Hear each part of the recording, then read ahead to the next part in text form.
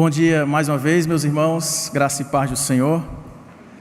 Primeiro domingo deste ano, e muitos de nós já estão pensando, nos itens prioritários para perseguirmos e perseverando neste ano, que promete ser melhor, pudéssemos estar começando este ano já na presença de Deus, apresentando os nossos objetivos, nossas metas, nossos planos para este comecinho de ano, esperando que em Deus eles possam ser alcançados.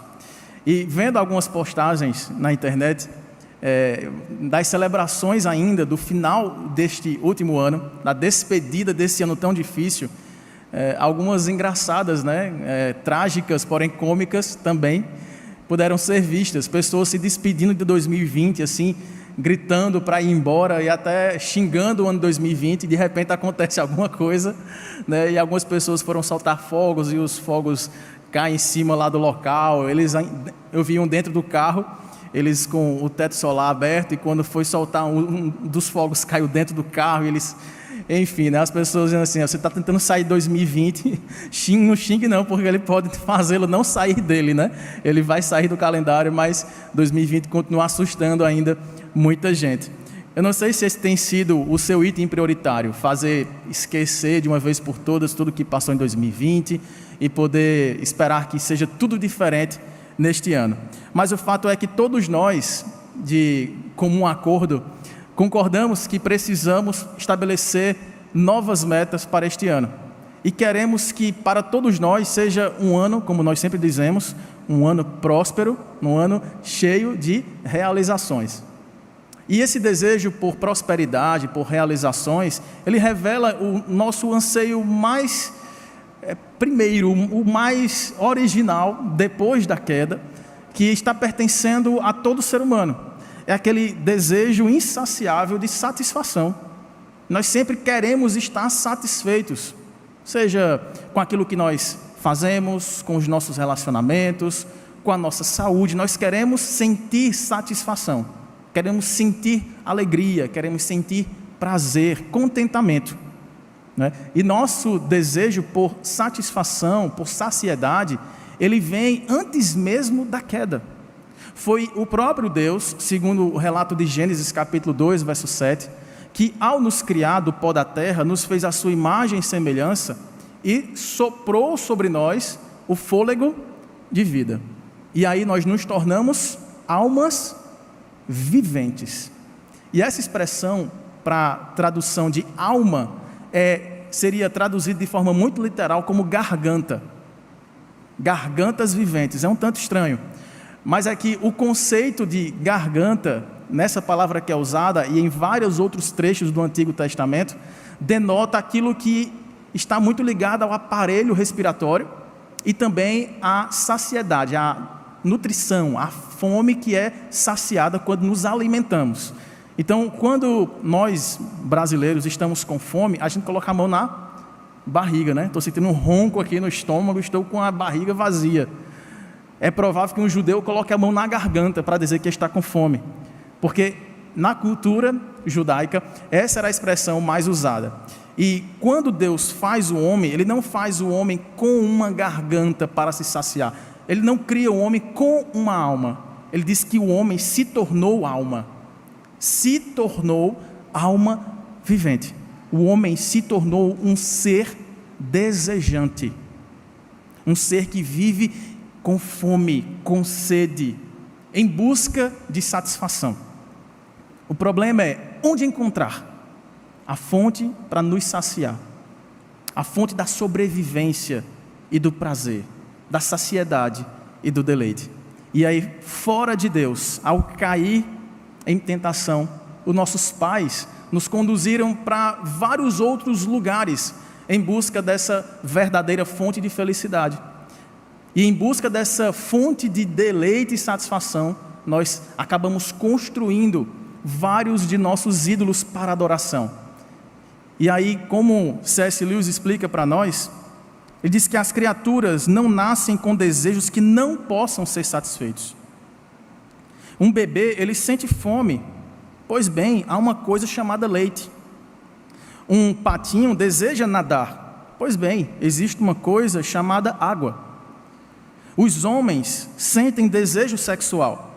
Pois bem, existe uma coisa chamada sexo.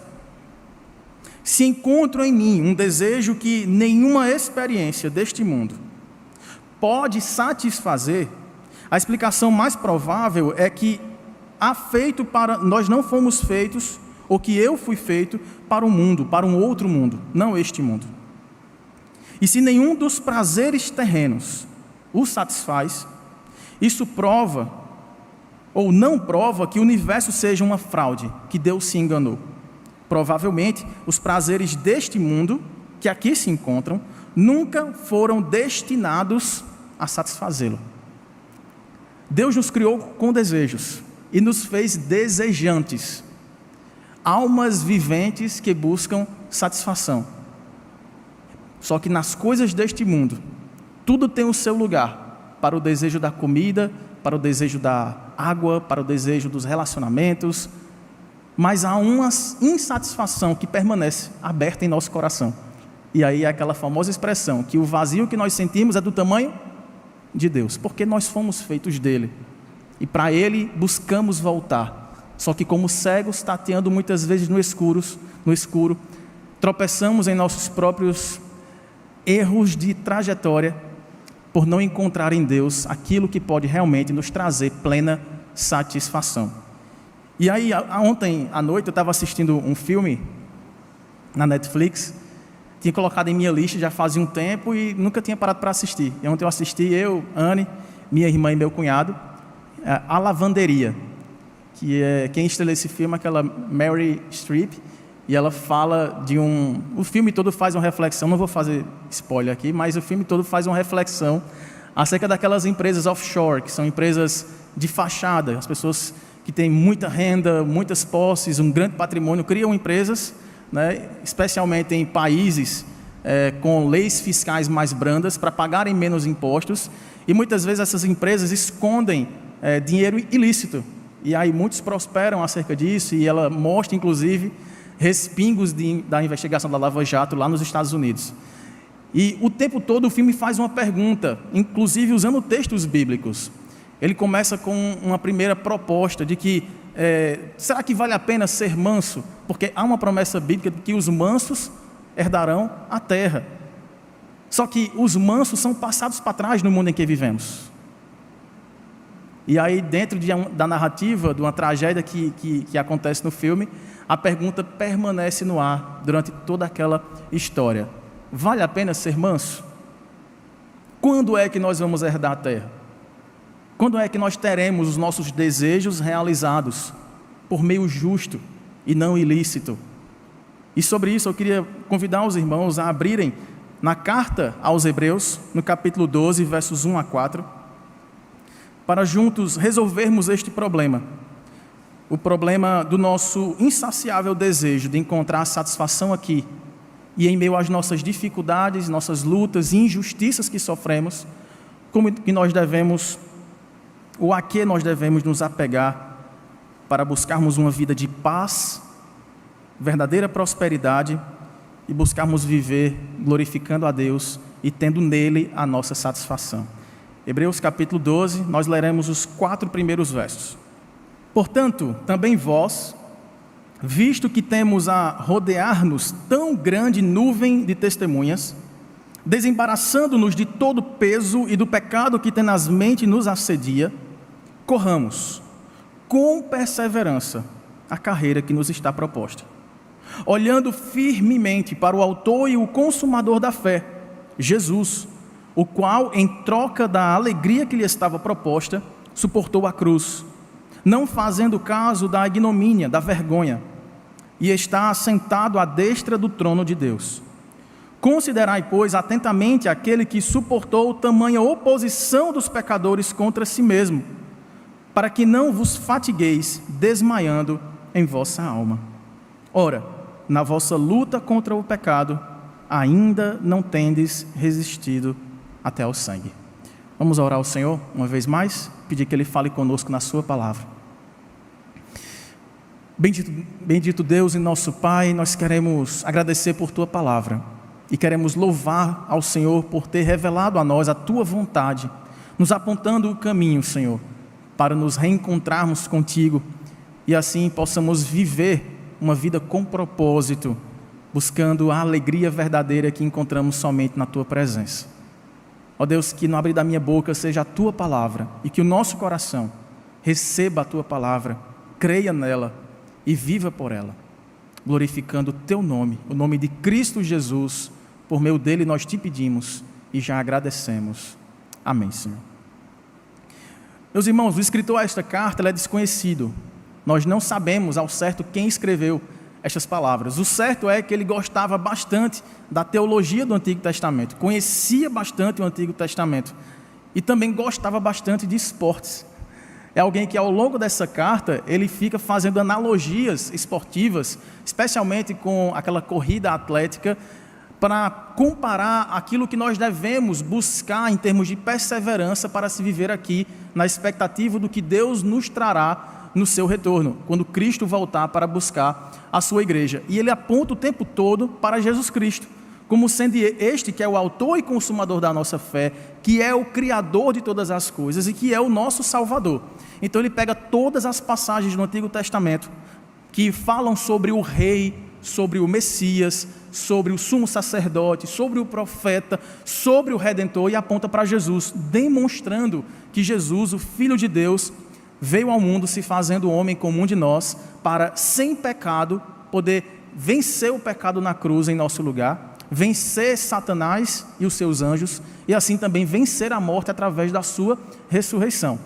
E quando ele chega nesse capítulo 11, que é o capítulo que antecede esse que nós lemos, nós temos a famosa galeria dos heróis da fé, porque Paulo consegue olhar para os cristãos daquele tempo que passavam por problemas, dificuldades, perseguições. Inclusive esta carta que leva o nome carta que foi dirigida aos hebreus, foram textos escolhidos por este autor, foram encorajamentos dados por Deus, inspirado para ele, passar para pessoas que estavam deixando a sua fé judaica, sendo hebreus, para se tornarem cristãos.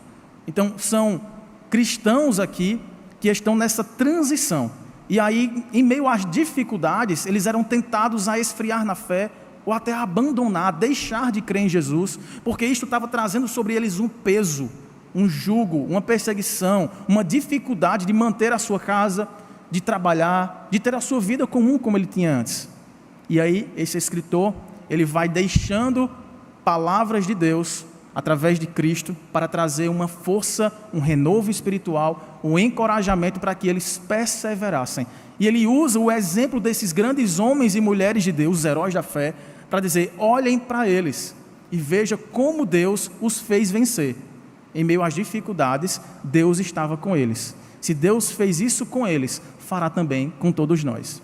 E quando nós chegamos no capítulo 12, ele imagina aqui uma espécie de um estádio de corrida, e diz que há uma nuvem, né? Há como se fosse uma arquibancada grande de testemunhas de Deus, para quem nós devemos olhar e nos inspirar pelo exemplo. Veja que no verso 1, aí, o verso que nós lemos inicialmente, diz que, portanto, também nós, visto que temos a rodear-nos de tão grande nuvem de testemunhas, desembaraçando-nos de todo o peso e do pecado, que tenazmente nos assedia, corramos. Então, o primeiro instrumento que o escritor usa para levar aqueles irmãos a correrem a carreira que lhes estava proposta, a não abandonarem a corrida no meio da prova, a perseverarem, era que eles olhassem ao redor e vissem os vencedores. A grande nuvem aqui, irmãos, que representa uma multidão, né, uma congregação, não é exatamente a ideia de apresentar uma plateia meramente. A ideia aqui não é dizer que Moisés, José, Davi está no céu, olhando para a nossa vida particular aqui, enquanto aqui estamos vivendo, torcendo por nós. Essa não é a ideia. A ideia é que estes heróis da fé, esses homens e mulheres que não tinham nada de especiais, eram pecadores como nós, mas que foram alcançados por Cristo, e assim, através da sua fé, perseveravam. Eles é que, estando diante de nós, o seu testemunho, as suas palavras, o seu exemplo, as suas lutas, as suas quedas, os seus recomeços, nós pudéssemos olhar para eles como testemunhas. E os irmãos estão cansados de saber que a palavra testemunha na Bíblia tem a ver com mártire, aqueles que viveram a fé cristã até o último estágio, dando a sua vida pelo Evangelho.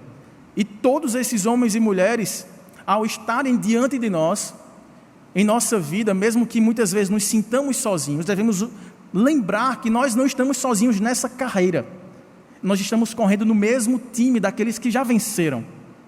E como eles, nós também temos o exemplo, o testemunho, para olhar e para nos apegar, para olhar e confiar que o mesmo Deus que o salvou ontem, nos salva hoje.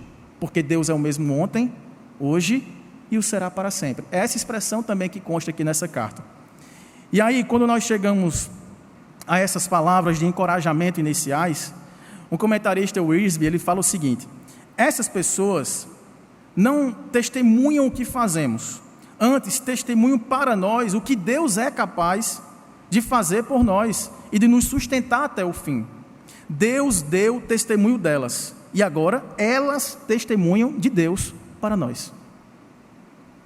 Lá na carta de Paulo aos Romanos, no capítulo 15, se os irmãos puderem voltar, Romanos capítulo 15, verso 4, Paulo nos dá essa preciosa dica de como nós devemos olhar para a Escritura, buscando estes exemplos de homens e mulheres de Deus que venceram, a fim de termos consolação nas Escrituras. Ele diz assim: pois tudo quanto outrora, em outro tempo, no passado, foi escrito para o nosso ensino, foi escrito. Qual o propósito? A fim de que, pela paciência e pela consolação das Escrituras, tenhamos esperança. A palavra paciência aqui, irmãos, tem a ver com perseverança. E a palavra consolação tem a ver com encorajamento. Uma das melhores maneiras de desenvolvermos perseverança é permanecermos encorajados através do conhecimento destes homens e mulheres piedosos da Bíblia que completaram a carreira e que venceram. Por exemplo, se você está tendo problemas com a sua família, leia sobre a história de José do Egito. Se você acha que tem um trabalho grande demais, muito desafiador para cumprir, para realizar, estude a missão de Moisés, o seu trabalho. Se você se sente tentado a vingar-se contra alguém que praticou uma injustiça contra você, veja como Davi, o rei Davi, tratou esse problema. O fato é que quando nós temos estes testemunhos que Deus, de forma poderosa, preservou nessas páginas para que textos tão antigos pudessem chegar a nós hoje, o livro mais lido e também o mais odiado, o mais perseguido, o mais zombado de todos, pudesse chegar de forma preservada até nós hoje, cumpre este propósito. É para que encontremos paciência, perseverança, consolação, encorajamento. Lembrando que nós não estamos sozinhos na carreira que nos está proposta. Muitos já passaram por ela e venceram. E Cristo falou: no mundo vocês precisarão passar por essas corridas. E não serão fáceis. Mas treinem, se dediquem e vocês alcançarão a vitória, porque eu venci. Tende bom ânimo. Há um segundo olhar aqui no texto, ainda no verso 1, se os irmãos voltarem lá para o texto de Hebreus, capítulo 12, é que além de nós olharmos para outras pessoas que já passaram pelo que passamos e venceram, nós precisamos olhar também para dentro de nós, para nós mesmos. A parte B do verso 1 diz que nós precisamos nos desembaraçar, nos desvencilhar, liberar de todo peso e também do pecado que tenazmente nos assedia. E aí corramos com perseverança a carreira que nos está proposta. Mais uma vez aqui, puxando essa imagem do atleta de corrida, o escritor ele usa aqui uma analogia dos pesos, porque era comum que aqueles atletas pudessem correr com pesos pendurados neles. Isso fazia com que eles desenvolvessem mais resistência, mais força, para que o resultado fosse mais velocidade. Só que na hora da prova, eles tinham que largar os pesos. Porque se eles permanecessem com os pesos nas mãos, eles perderiam justamente aquilo que eles queriam alcançar com o treino pesado e duro deles, que era a velocidade.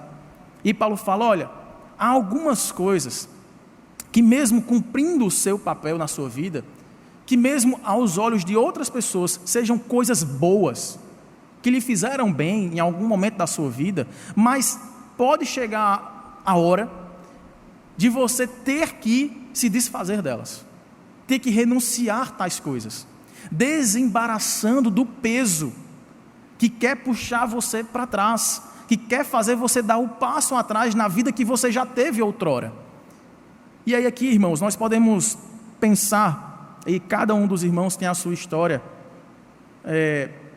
alguma coisa da sua vida que em algum momento foi bom para você, mas que no atual estágio da sua trajetória com Cristo já não faz mais sentido você ter. Talvez um antigo trabalho que você tinha, talvez um relacionamento, uma amizade, um namoro, um curso, um negócio,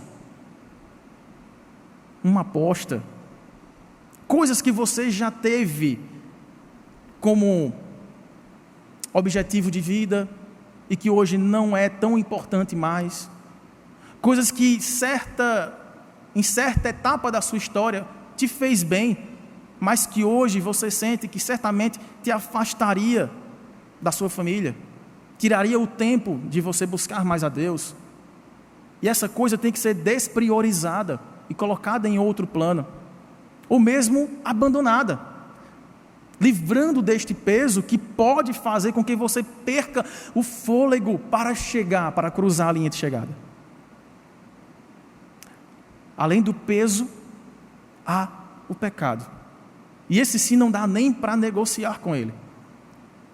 Precisamos nos livrar do pecado que tenazmente nos assedia, com astúcia, o nosso pecado, que às vezes olhamos para trás e pensamos, desse pecado eu não sofro mais. E de repente, vira o ano, nós estamos animados com a expectativa de algo novo e de repente, eu e você, do dia 1º para cá, caímos naquela tentação. Nos pegamos pensando, maquinando, desejando, vislumbrando aquilo que Deus não quer para nós, aquilo que Ele condena em sua palavra, desejo de vingança, promiscuidade sexual, ganância por dinheiro, e a mega da virada ela vem para nos lembrar disso, para nos puxar com mais peso ainda para essa tentação de termos finalmente a nossa independência financeira.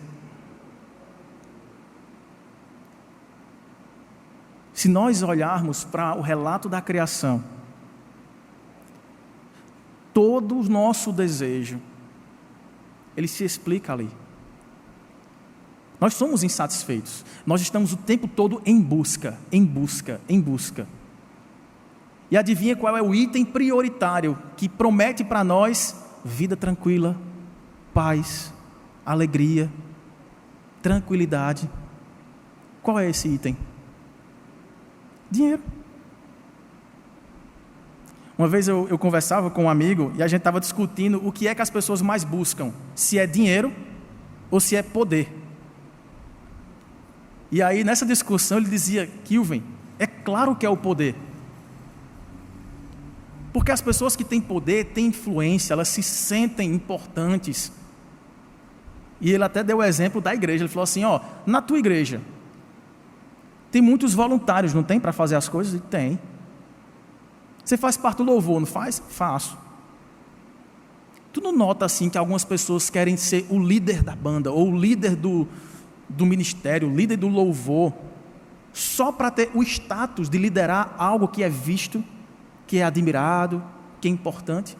Elas não vão ganhar um centavo com isso, mas elas desejam isso, desejam liderar um pequeno grupo, desejam liderar um departamento, um ministério, para se sentir importantes, poderosos, para poder delegar funções e se ver acima das outras. mesmo que não tenham nenhum retorno financeiro. Muitas vezes tem gasto. Gasto de combustível para fazer reunião, ainda bem que agora, né, uma das coisas boas é que nós podemos nos reunir à distância, não faz mal, né? Mas há investimento de tempo, de talento, e elas buscam isso, e aquilo me fez pensar, e aí eu tinha que contra-argumentar, né, irmãos? E o meu contra-argumento foi o seguinte: tudo bem, as pessoas usam mesmo meios até não rentáveis para se sentir bem e ostentar um poder, uma autoridade, uma importância. Mas quem tem dinheiro tem poder. Nem sempre você pode ter poder e através dele dinheiro. Você acabou de me citar um exemplo. Mas sempre que você tem dinheiro, você tem poder. Eu posso comprar. Eu posso desfrutar de bons cuidados de saúde. Eu posso suportar bem a minha família, sustentá-la com dignidade, comer o que eu quero, viajar para onde eu quiser, vestir o que eu me sinta bem, ter o melhor aparato tecnológico para a segurança da minha casa, para conforto dos meus filhos. Eu posso. Quem tem dinheiro, pode, tem poder. Não é à toa, irmãos, que Jesus, na única vez que ele chamou outro de Deus, ele nomeou Mamon, o Deus do dinheiro. Ou você serve a Deus, ou você serve as riquezas. Ou você tem o Deus do céu como seu Senhor, ou você tem o dinheiro como o seu Senhor. Ou você serve a Deus, ou você se torna escravo do dinheiro. Pare e pense, por mais que você seja uma pessoa tranquila, satisfeita e humilde, o dinheiro é ou não o que desperta a nossa ansiedade? É ou não o que nos traz tranquilidade quando vai bem? A sua falta é ou não aquilo que nos causa mais angústia? Mas pastor, eu tenho responsabilidade, eu cuido da minha casa, as pessoas dependem de mim, não apenas em alguns casos aqui, o meu núcleo familiar, mas a minha família estendida depende de mim. Não é só um luxo, um status, é necessidade, é garganta seca, é sede e fome, é sobrevivência. E aí, irmãos, a incredulidade, a descrença no Deus provedor, nos faz cair em tentações quando nos aproximamos de adorar aquele que nos escraviza, aquilo que nos promete em nosso desejo cobiçoso, ganancioso, uma vida em paz e tranquilidade. Cristo, de nenhum momento, ele condenou riquezas, em nenhum momento. Em nenhum momento Cristo falou contra as pessoas que têm posses, em nenhum momento. O que Cristo condenou foi a avareza, é fazer da riqueza o seu propósito de viver, é ter as suas posses pensando só em você mesmo. Sejam muitas posses, sejam poucas posses, nós temos aquilo que de Deus recebemos para devolver a Ele em gratidão. Como?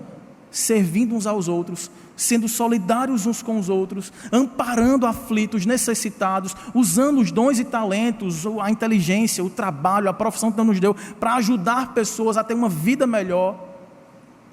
Só que adivinha qual a tentação e qual a pregação de Mamon para nós? O dinheiro é seu, o talento é seu, o trabalho é seu. Você não precisa dividir com ninguém. Quem tiver ou quem quiser, que trabalhe. E a Bíblia mais uma vez traz isso em perfeito equilíbrio.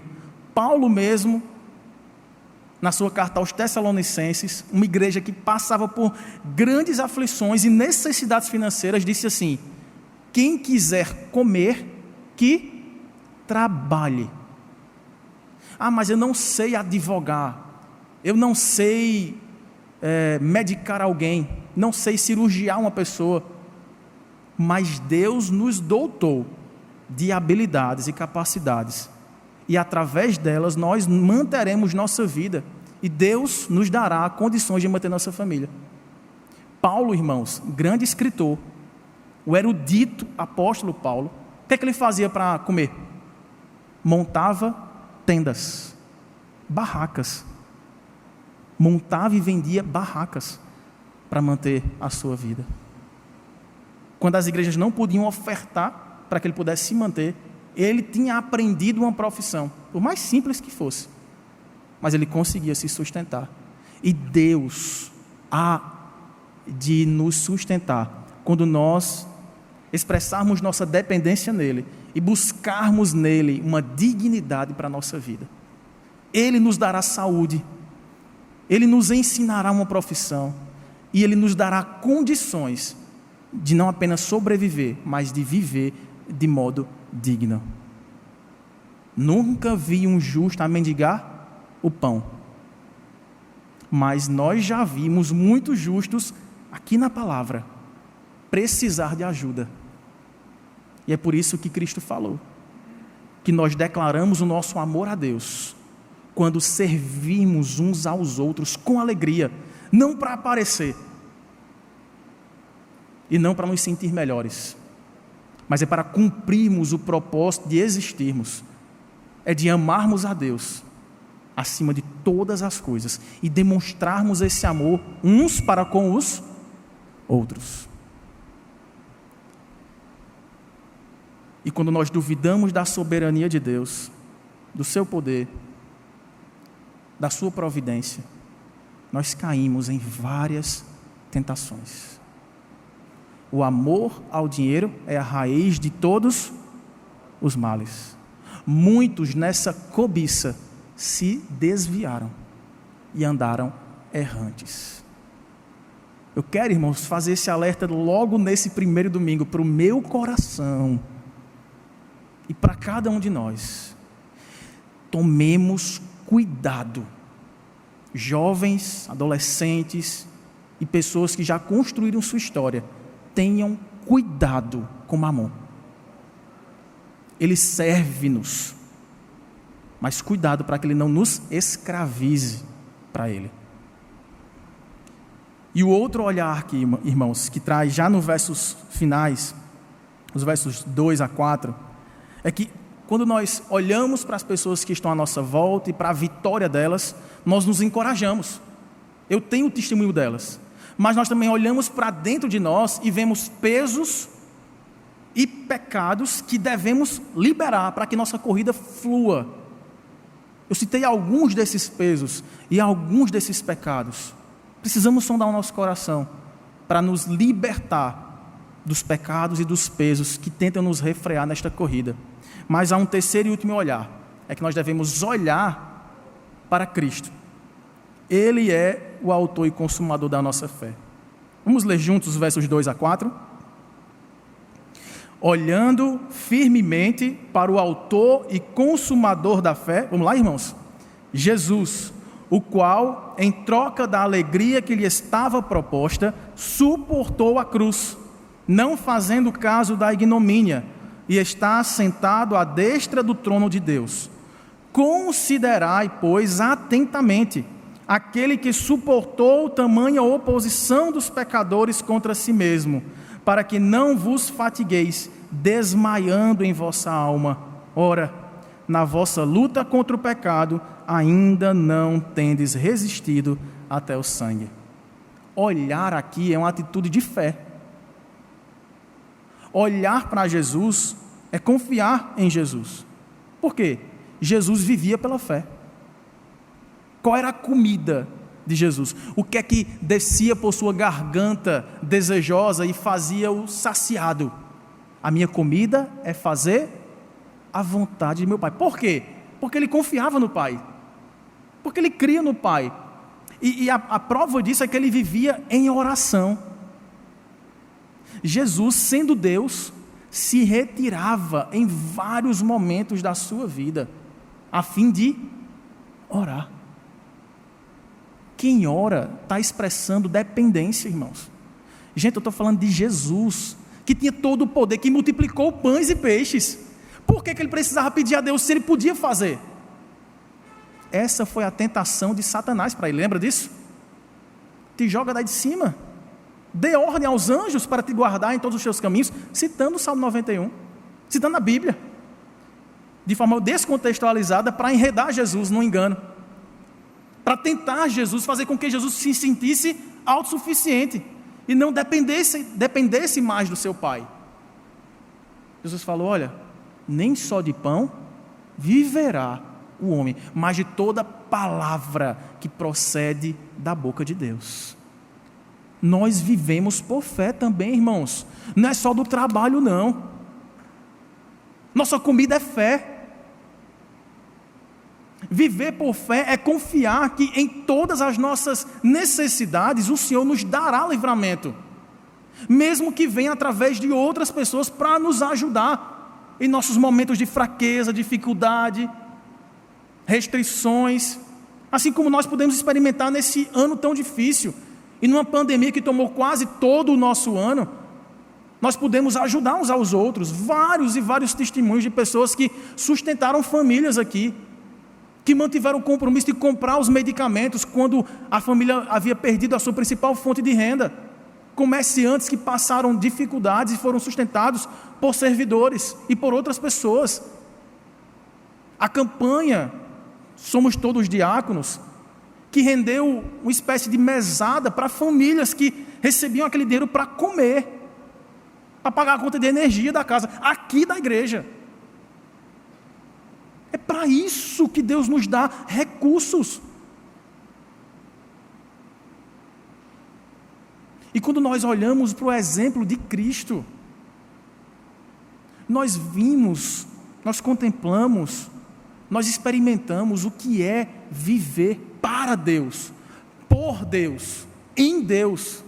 Ele era Deus, mas se fazendo homem, nos deixou o exemplo da dependência prazerosa, não dolorosa, não fazer a coisa somente por obrigação, para cumprir uma tabela religiosa de obrigações, não, mas é fluindo neste amor que um dia nos alcançou quando nós éramos ainda pecadores. Deus prova o seu amor mandando o seu Filho para se fazer maldito por nós, miséria, maldição na cruz, que tanto nos envergonha, que tanto humilhou Jesus, mas tendo em vista a alegria que lhe estava proposta, Cristo suportou a cruz. Acabamos de ler isso. Isso aqui é espetacular, irmãos. Jesus sabia o que viria depois. Por quê? Porque ele conhecia as promessas do seu Pai. E sabendo o que viria depois, ele pôde suportar as tentações, resistindo não apenas o diabo quando a sua garganta estava seca, 40 dias sem comer, no deserto. Não foi como Adão, que estava no jardim, um paraíso, acompanhado da sua bela esposa, sem nenhum tipo de problema, com abundância de frutos, de água, um clima ameno, tudo perfeito, e Adão ainda assim preferiu o caminho da independência de Deus, da satisfação fora de Deus. Cristo estava num deserto, sozinho, torrando no calor do dia e gelando naquelas noites escuras, sem água e sem comida. E o que suportou? E o que o fez sustentar naqueles dias? As promessas do Pai. Você vai vencer. E quando você vencer, muitos vencerão com você. A alegria que está proposta na frente faça com que você prossiga para lá e suporte o aqui, o hoje, o agora. A perseverança de Cristo, irmãos, é porque ele se alimentava da vontade do seu Pai. Isso nutria o seu coração. E em oração ele proclamava a alegria de, já vislumbrando o que viria, poder celebrar hoje, poder obedecer hoje, poder resistir hoje, poder abnegar-se hoje, poder caminhar, correr hoje. Foi assim que ele derramou a sua vida, foi obediente até a morte e morte de cruz, derramou o seu sangue, porque Ele derramou o seu sangue em sua batalha contra o pecado, porque nós não poderíamos fazer isso. É por isso que no verso 4 o autor diz assim: na vossa luta contra o pecado, ainda não tendes resistido até o sangue.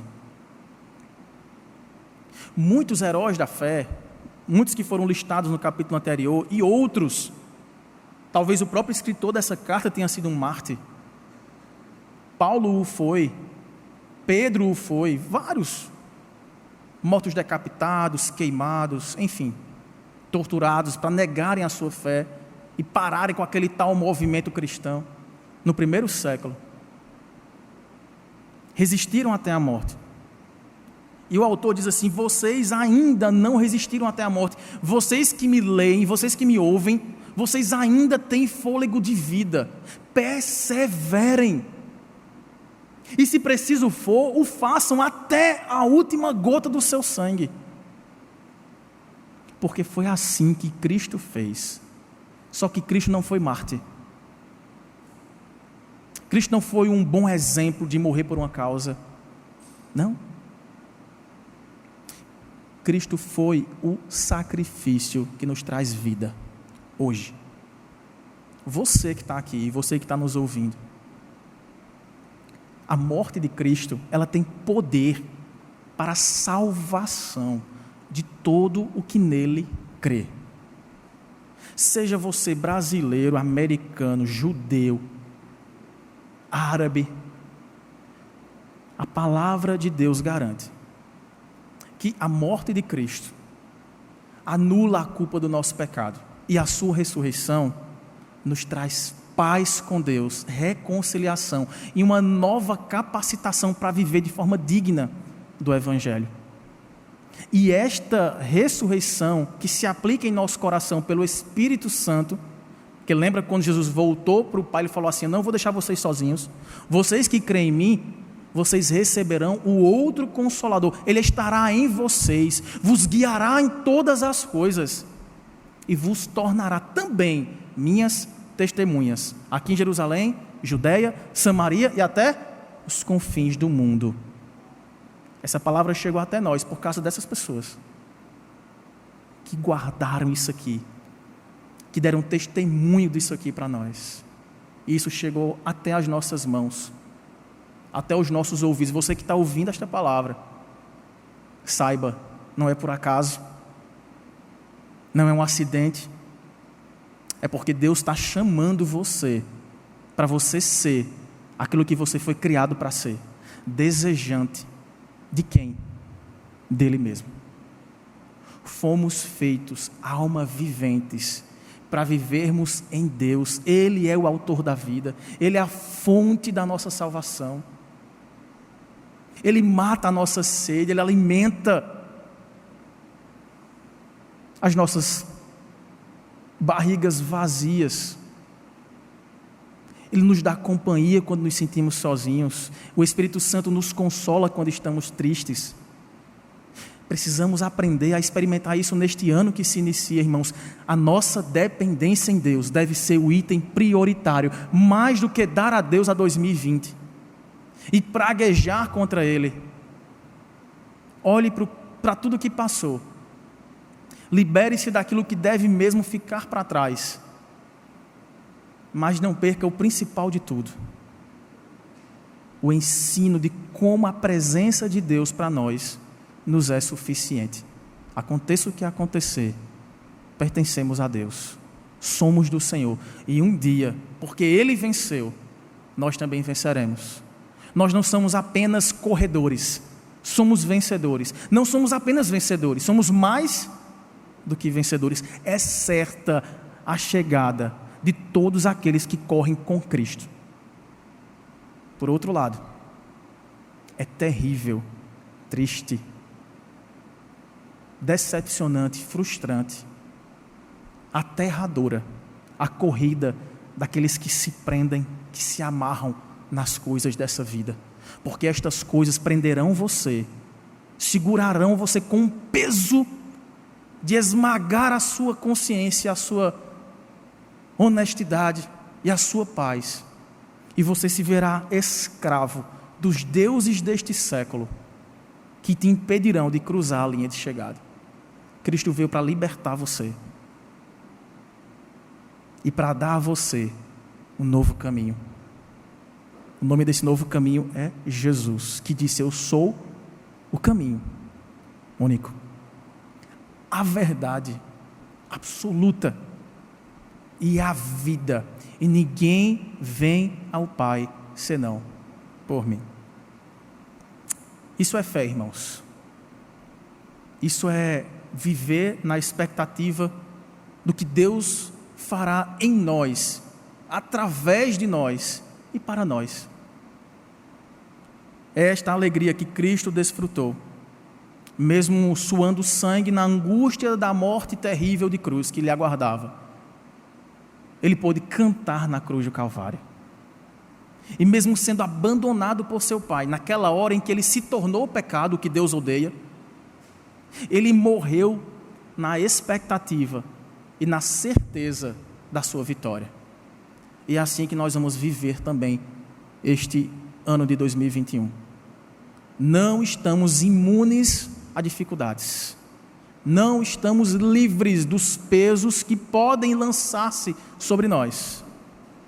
Alguns que pessoas coloquem, situações coloquem sobre nós, mas até algumas que nós mesmos criemos para nós.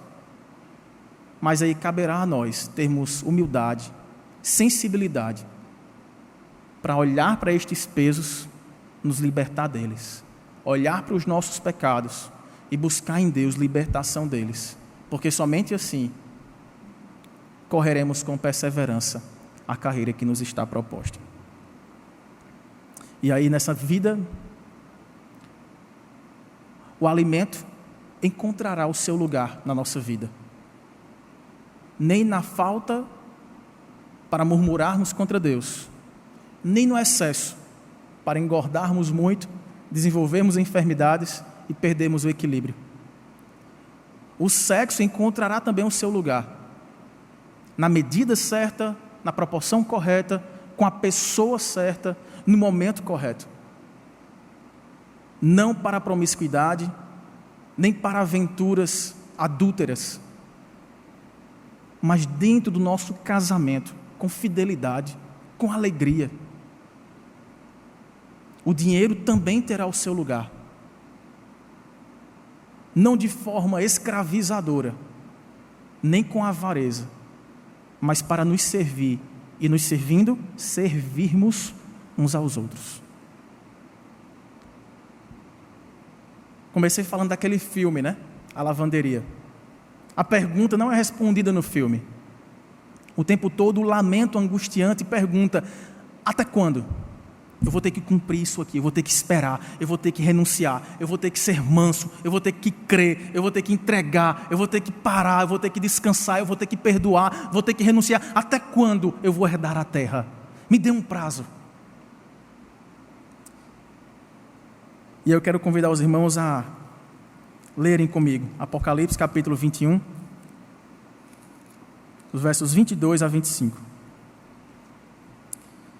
Na visão que João tem da terra que vamos herdar, ele diz algo que é imprescindível para nutrir a nossa fé e nos dar paciência enquanto aguardamos esta herança chegar para nós. É que nela não vi santuário, templo, porque o santuário é o Senhor. Veja isso.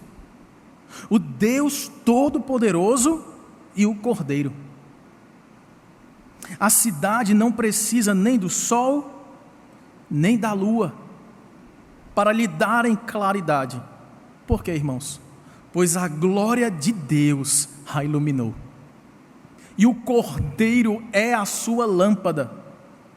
As nações andarão mediante a sua luz, e os reis da terra lhe trazem a sua glória.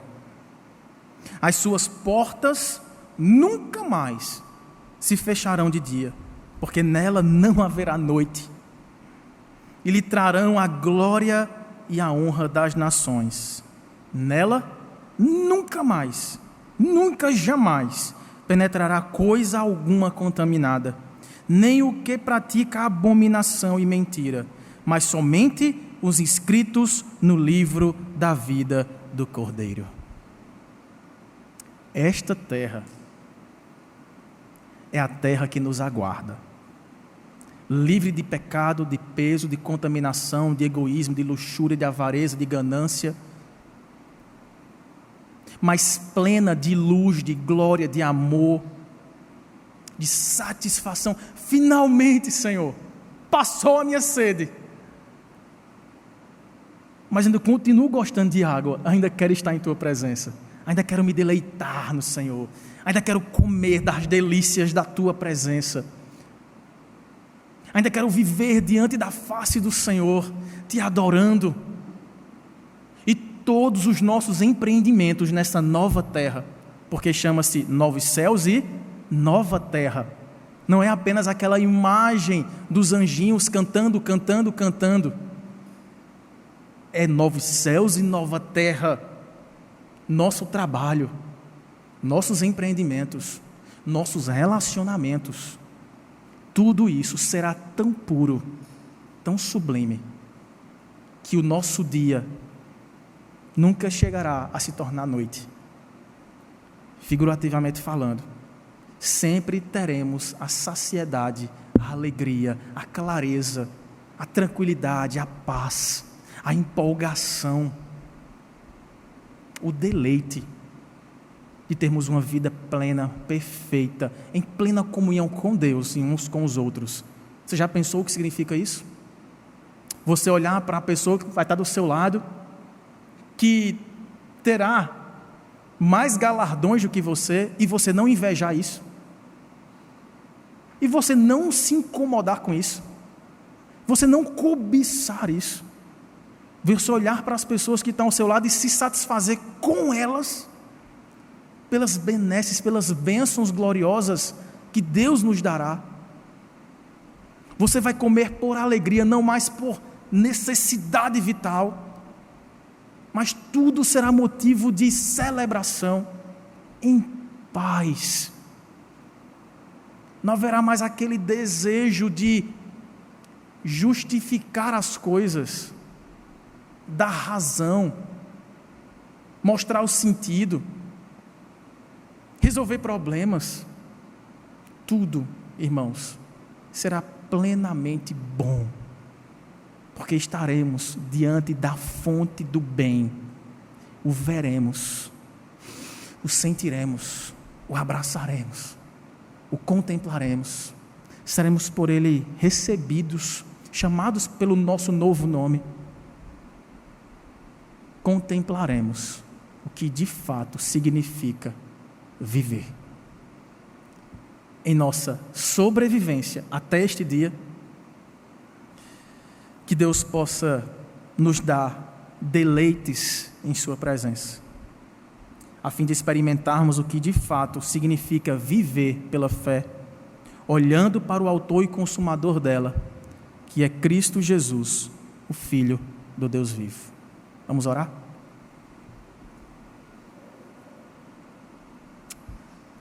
Feche seus olhos, fale com Deus nesse momento, apresente sua vida diante do Senhor. Deus conhece o nosso coração como ninguém.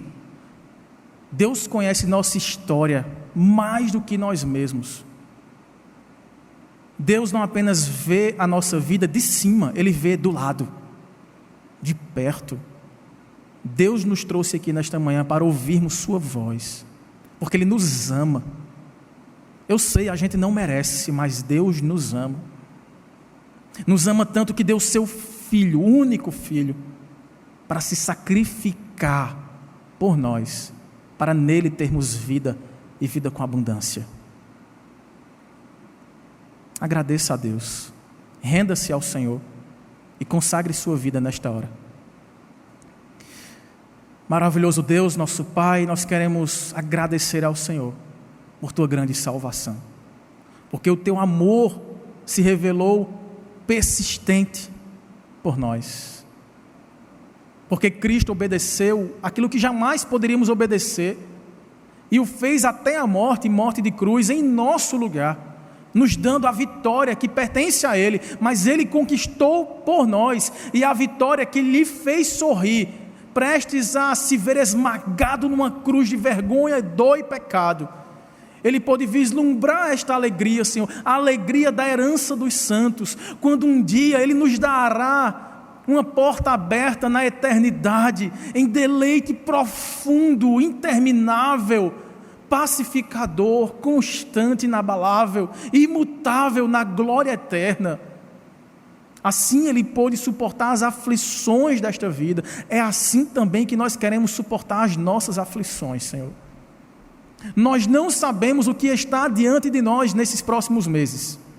Nós não temos qualquer controle, nunca tivemos, Senhor, nem da nossa saúde, nem das nossas finanças, nem dos nossos relacionamentos, da nossa família.